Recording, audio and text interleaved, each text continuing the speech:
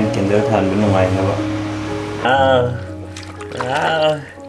ꯀꯦꯊꯔꯤꯗ ꯃꯆꯥꯅꯨꯄꯤꯁꯦ ꯀꯦꯊꯔꯕ ꯀꯦꯊꯔꯦ ꯑꯝꯇ ꯂꯧꯔꯣꯗꯅ ꯑꯝꯇ ꯇꯧꯔꯣꯗꯅ ꯑꯝꯇ ꯇꯧꯔꯣꯗꯅ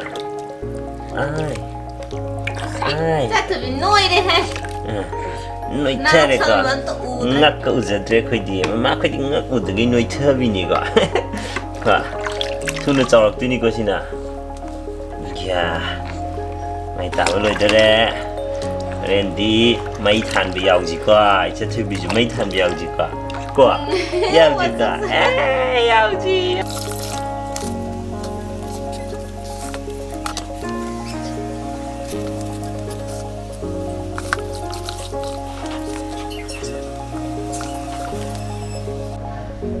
ꯎꯐꯨꯟ ꯄꯥꯏꯒꯗꯕ ꯁꯨꯗꯣꯛꯀꯗꯕ ꯆꯥꯝꯊꯣꯛꯀꯗꯕ ꯊꯕꯛ ꯂꯣꯏꯅꯃꯛ ꯂꯣꯏꯔꯦ ꯑꯅꯝꯕꯅ ꯍꯧꯖꯤꯛꯇꯤ ꯅꯨꯡꯉꯥꯏꯕ ꯊꯕꯛ ꯈꯛꯇ ꯉꯥꯏꯔꯦ ꯀꯦꯟꯗꯜ ꯊꯥꯟꯕ ꯑꯗꯩꯗꯤ ꯂꯥꯏ ꯈꯨꯔꯨꯝꯕ ꯑꯗꯨꯝꯕ ꯀꯤꯔꯦꯗ ꯐꯖꯔꯦꯗ ꯍꯣꯔꯦꯟ ꯃꯩ ꯊꯥꯟꯅꯕ ꯀꯤꯔꯦꯀꯣ ꯏꯆꯠꯊꯣꯏꯕꯤꯗꯤ ꯀꯤꯕꯗꯗꯤ ꯀꯩꯝ ꯍꯥꯏꯗꯦꯀꯣ ꯂꯥꯎꯕꯒꯗꯣ ꯂꯥꯎꯗ꯭ꯔꯦꯀꯣ ꯀꯤꯕꯗꯗꯤ ꯐꯖꯔꯦꯗꯅ ꯁꯤꯗꯤ ꯑꯩꯒꯥꯕꯣꯛꯇ ꯎꯠꯂꯨꯁꯤꯔꯥ ꯑꯩꯒꯥꯕꯣꯛ ꯑꯩꯈꯣꯏ ꯀꯤꯔꯦ ꯑꯩꯒꯥꯕꯣꯛ ꯃꯦꯝꯃꯤꯅ ꯇꯥꯛꯄꯤꯔꯤꯔꯣ ꯂꯥꯏꯕꯅꯤ ꯑꯃꯣꯠꯄ ꯃꯌꯥꯝ ꯁꯦꯡꯗꯣꯛ ꯀꯟꯊꯣꯛꯄ ꯂꯣꯏꯔꯕ ꯍꯧꯖꯤꯛ ꯆꯥ ꯈꯤꯇꯪ ꯊꯛꯀꯦꯅ ꯔꯦꯗꯤ ꯇꯧꯔꯤ ꯑꯗꯨꯒ ꯑꯩꯈꯣꯏꯗꯤ ꯐꯨꯡꯒꯥ ꯂꯩꯖꯗꯦ ꯑꯗꯨꯅ ꯐꯨꯡꯒꯥ ꯁꯤꯗ ꯁꯦꯝꯗꯣꯏꯅꯦ ꯁꯤ ꯃꯄꯥꯁꯤꯗ ꯐꯨꯡꯒꯥ ꯁꯦꯝꯃꯅꯤ ꯑꯗꯨꯒ ꯑꯩꯈꯣꯏꯁꯦ ꯏꯃꯥ ꯏꯃꯣꯏꯅꯨ ꯏꯔꯥꯠ ꯊꯧꯅꯤꯕ ꯇꯧꯅꯕ ꯅꯁꯛꯇꯣ ꯄꯄꯥꯅ ꯑꯉꯥꯡ ꯑꯣꯏꯔꯤꯉꯩꯒꯤ ꯃꯥꯜꯂꯦ ꯄꯄꯥꯅ ꯑꯉꯥꯡ ꯑꯣꯏꯔꯤꯉꯩ ꯃꯥꯜꯂꯦꯀꯣ ꯐꯖꯩꯀꯣ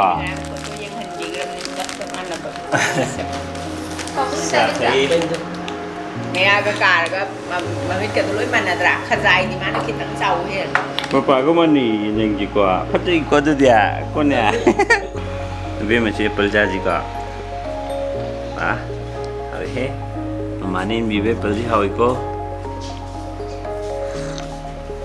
ꯁꯤꯅ ꯆꯥꯅꯤ ꯆꯥꯁꯤꯗꯤ ꯌꯥꯗ꯭ꯔꯤꯅ ꯑꯦꯄꯜꯁꯤ ꯑꯣꯏꯅ ꯆꯥꯎꯊꯣꯛ ꯀ ꯇꯥꯏ ꯑꯇꯩ ꯂꯩ ꯆꯥꯔꯕꯅꯤꯅ ꯁꯨꯡꯉꯦꯀꯣ ꯄꯪꯗꯦꯀꯣ ꯅꯣꯏ ꯂꯣꯏ ꯆꯥꯕꯗꯣ ꯑꯩ ꯎꯏꯀꯣ ꯑꯩꯈꯣꯏ ꯎꯖꯩ ꯑꯗꯨꯗꯤ ꯑꯩꯈꯣꯏꯁꯨ ꯆꯥꯅꯤꯡꯉꯛꯏꯀꯣ ꯍꯥꯎꯔꯦ ꯑꯁꯤꯗ ꯂꯣꯏ ꯄꯤꯖꯧꯌꯦ ꯀꯗꯥꯏ ꯌꯦꯡꯉꯤꯔꯣ ꯃꯥꯏꯁꯤꯕꯣ ꯀꯟꯅ ꯌꯦꯡꯉꯦ ꯇꯩꯁꯦ ꯄꯥꯕꯨꯡ ꯉꯥ ꯌꯦꯡꯉꯤꯔꯣ ꯅꯪꯒꯤꯗꯣ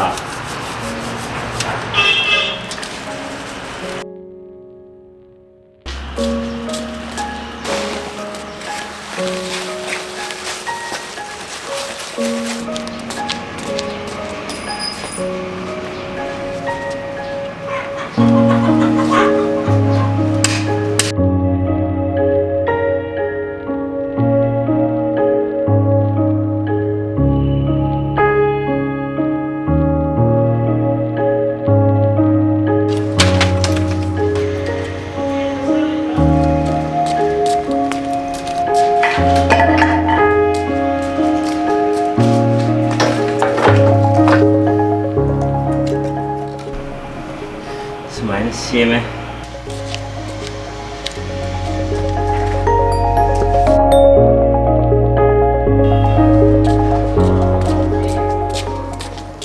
ꯑꯩꯗꯤ ꯑꯃꯣꯠꯄ ꯊꯕꯛ ꯇꯧꯕꯗꯣ ꯂꯣꯏꯔꯕꯣꯏ ꯅꯤꯡꯉꯨꯔꯦ ꯑꯗꯣ ꯐꯨꯡꯒꯥ ꯁꯦꯝꯕꯗꯨꯗ ꯋꯥꯏꯁꯨ ꯂꯩꯔꯝꯗꯕ ꯑꯗꯩ ꯁꯤꯡꯁꯨ ꯂꯩꯔꯝꯗꯕ ꯑꯗꯨꯅ ꯑꯗꯨ ꯃꯌꯥꯝꯗꯣ ꯂꯣꯏꯅꯃꯛ ꯁꯦꯝꯃꯨꯔꯦ ꯍꯧꯖꯤꯛ ꯏꯔꯨ ꯂꯨꯊꯣꯛꯑꯒ ꯑꯩꯁꯨ ꯂꯥꯏꯗꯨꯛ ꯀꯦꯟꯗꯜ ꯀꯩꯀꯥ ꯊꯥꯟꯕ ꯂꯥꯏ ꯈꯨꯔꯨꯝꯕ ꯀꯩꯀꯥ ꯌꯥꯎ ꯌꯥꯅꯕ ꯂꯣꯏꯁꯤꯟꯈꯤꯒꯦ ꯃꯝꯒꯤ ꯂꯩꯔꯝꯃꯦ ꯃꯥꯗꯤ ꯑꯔꯣꯏꯕꯤ ꯀꯦꯊꯔ ꯂꯩꯔꯝꯃꯦ ꯍꯥꯏꯕ ꯑꯩꯅ ꯏꯔꯨꯖꯉꯩꯗ ꯂꯣꯏ ꯁꯦꯝꯕ ꯂꯣꯏꯔꯝꯃꯦ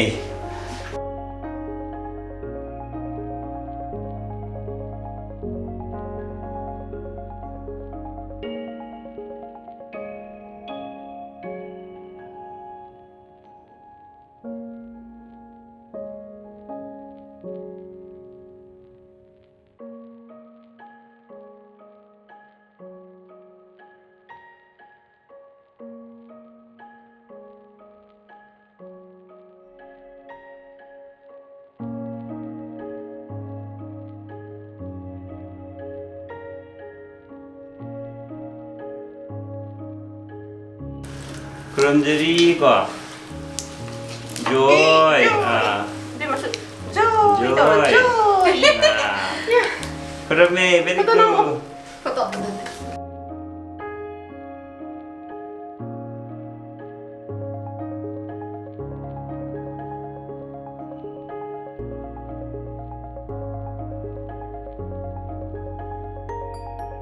kada abema kada abema di as piro purichi puri phajabajina udraba abema ga papa ga lere ko nini hoy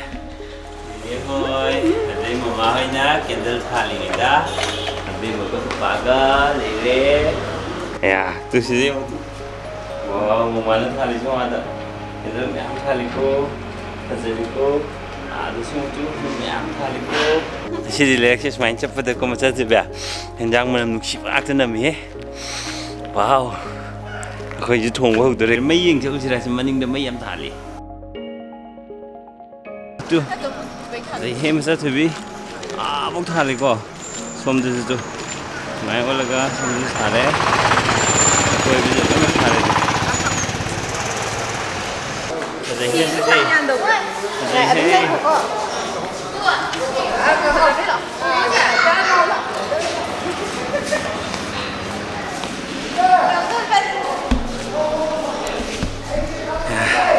Masa TV papa kasi yawi ko sa dia. Pada jong tu. Kajai ko koi ma pan TV gi.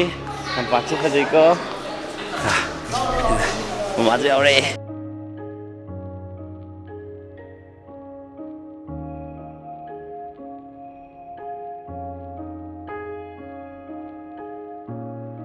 Koi na. Mai yang mo chali ngi da pong na sering chembel rồi mai. Aku jik chalo bodo. Here too. em thấy dễ mà Wait, mình không nhiều đâu sang tao bị sao vậy? Trong mà đến. không đi kìa Hay mà. Mà thấy các cái đồ. Hậu nhá. Lúc chân anh chú sẵn. Lúc chân nó phạt gì nhỉ? Hậu rồi. Không hỏi. Cái gì xem hỏi? Yung chak maru kutung jong. Ba trong ngagi nimpan dore. Lu di pa.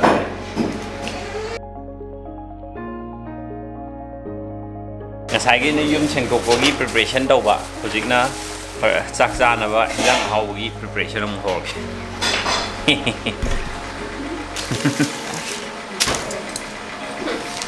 Thằng chị Mã nó đây này, su bên này Mã nó bố này gì, su vào đó su đó. Anh nói anh khéo đâu, họ đâu đó, dùng hộp pin đâu cả, không bao giờ mà sang hộp đó được hả? Đó, video đó mà anh bắt tay của mèo, em thật rồi. Cái này cái bộ lối trang của cái đồ. Si ai na mute lối tỏ đi. Coi về này đi. That's good.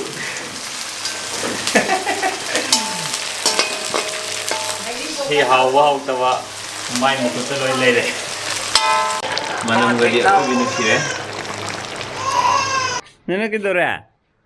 Ai lại cho cái gì nó? Ha? Ai?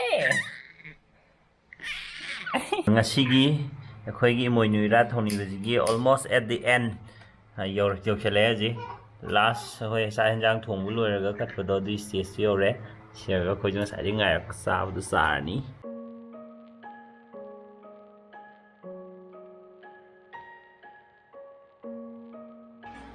Cái này lẹ và bầm bí luôn nè. Mà khung vợ co rồi bên này gì? Mà giờ nghe chi? Nghe chi cái mình chỉ cái last part rồi. Aku yang muka sahabat. Kalau memang video di saya dulu saya lagi. Atau happy moinu, wat tepat deba, loyal biro. Jangan game hobi ini. mami cái luôn bây giờ được Makuna harap pasin taba. Con mà cũng đã thay là có xin tha đó. Bây giờ xin tha mà bây giờ thay là ra. Và tôi quan cô quan tâm là bây giờ là gì này đâu. Makuna.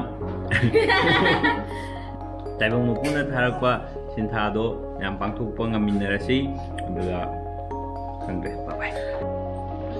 Đây cái say nó rất là nặng mùi của nguyên Việt Nam. Phát rất là hậu.